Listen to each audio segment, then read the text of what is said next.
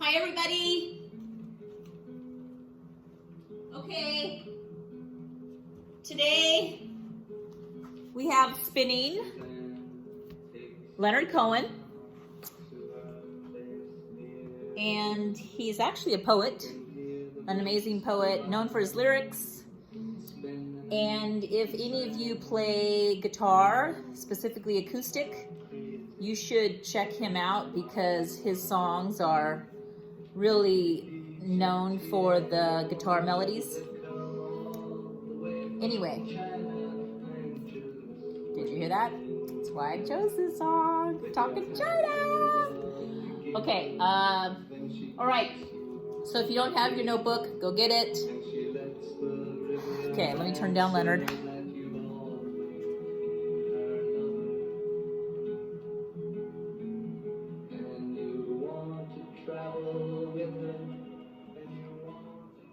Okay.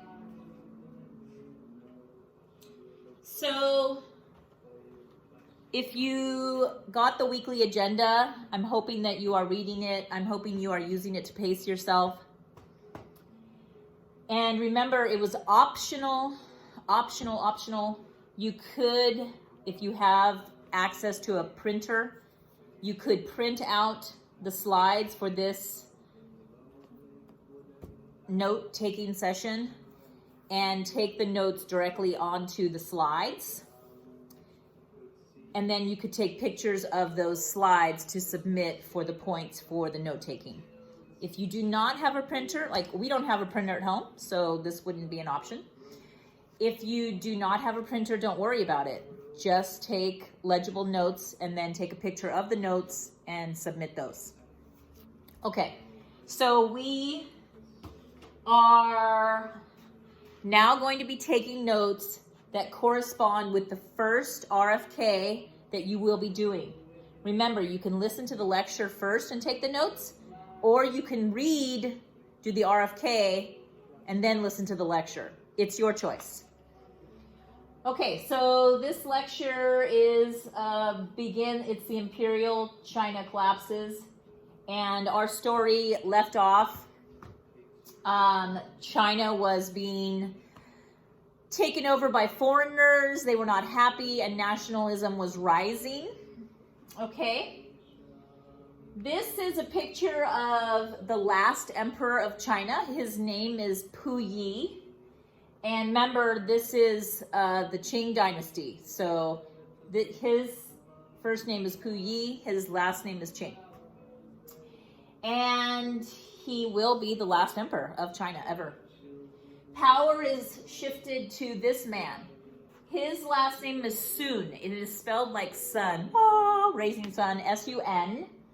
His first name is Yi Xian. And Sun is known as the father of democracy in China. He was an advocate for freedom of speech, and he was a pretty harsh critic of the emperor and how he was ruling China and basically letting it go and being taken over by foreigners who only had making money in mind. Please keep in mind the Opium Wars, right? So this mistrust of Western countries, it's been around for a long time. The seeds of mistrust between China and Western countries, meaning European countries, and then the United States, because we're considered Western also, it has its roots a long time ago. Okay, so Sun formed what's known as the Kuomintang, and the other name for it is called the Nationalist Party. Those are the same thing. Kuomintang, Nationalist Party. Interchangeable. And they are a political party known for democratic ideals, okay? And capitalist economy. Please know this. The Nationalist Party believes in capitalism, private property, businesses. Okay, so he pushes for democracy. Now, because Sun did not have control of the military, he gives power to Yan, okay? Please note, in history, if you do not have control of the military, you will not have control of a country. It is one of the reasons why our commander-in-chief is also our president. If you go back to the French Revolution, who was it that took over? Pretty easily, because he had control of the military. And if your brain is thinking Napoleon, then you are correct. Okay, so Sun gives control to Yan under the premise that Yan would uphold the ideals of the revolution, which were democratic ideals. Big surprise. He lies. He does not uphold anything. He basically lets power go to his head. He becomes corrupt. And unfortunately, when somebody dies without a successor, then just everything hits the fan. And that's what happens. Because people are going to fight for control. And in this situation, the people that are fighting for control are the warlords. The warlords fight for control, and it's always the same pattern. The people who always lose out are the peasants. The peasants are always taken advantage of. Any crops that they might have are taken. Any animals that they might have are stolen in order to feed the armies of the warlords, the soldiers of the warlords. Okay, so chaos is totally happening in China this time. All right, I need you to just know, as far as the timeline of our history, that at this point in our story about China, World War I has just ended, okay? So, 1918. The Treaty of Versailles is signed. Now, if you cannot remember about the Treaty of Versailles, please make notes. You should be making notes on all of this, but the Treaty of Versailles is basically the document that ended World War I. It was created by the Big Four, okay? That would have been Great Britain, France, United States, and Italy. They all met, and this is when Woodrow Wilson came up with those 14 points, of which none of them were taken except for the 14th, and it was to create the League of Nations, which didn't have any power at all and was highly unsuccessful. We didn't even join it. Anyway, the French and the British, their main purpose of the Treaty of Versailles was to just crush Germany. They were so mad at Germany for starting the war. They blamed everything on Germany, even though we know it takes more than one to tango. And the Treaty of Versailles was known as a treaty built on quicksand, because it is the reason why World War II happens. And all the lives lost in World War I were lost for nothing, because they're going to do it all over again in a few years. But how does it connect to our China unit? Okay, this is how. China joined World War I on the Allied side, okay, with Great Britain, France, the United States, Russia. Okay, that's the Allied side. And they joined because they wanted to make sure that the lands that were taken over by Germany, their lands that China had, their lands that were taken over by Germany would be given back to China. So they joined, thinking that, hey, let's join and maybe we'll get back our land. Well, it didn't happen that way. When the Treaty of Versailles was written, the Allies gave all of the land that was once China's, that was taken over by Germany. They didn't give it back to China. They gave it to Japan, basically China's arch enemy. And they were pissed. They were so mad. And they expressed their anger in a demonstration that actually happened on Tiananmen Square. You might know Tiananmen Square for a different reason, and we'll get to that. But a huge protest took place, and it's called the May 4th movement.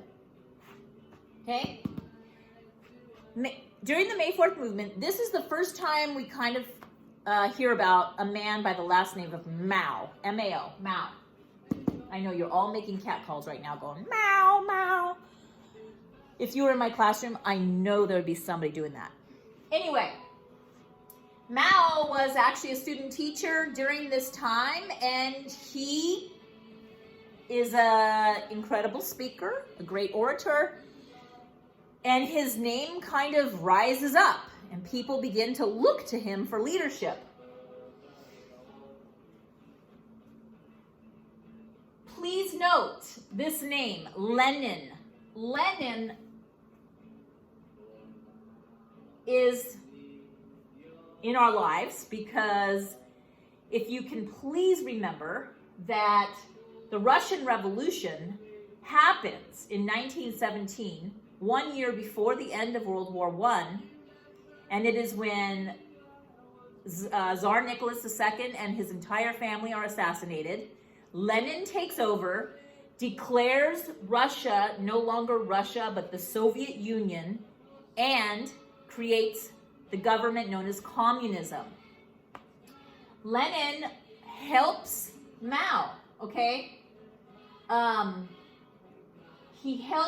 helps China because Mao is introducing communist ideas, and the nationalists, who are not communists at all, but they have this brief solidarity with each other. Very brief. Because Sun is getting frustrated with the Western countries for not helping him. Okay? It doesn't last long because Sun is going to die. All right? He's going to die. So he dies, and he actually had identified a successor, and that successor is Yuan Shikai. Sorry. Jiang Jieshi, also known as Chiang Kai-shek. Okay, there's two names for this guy.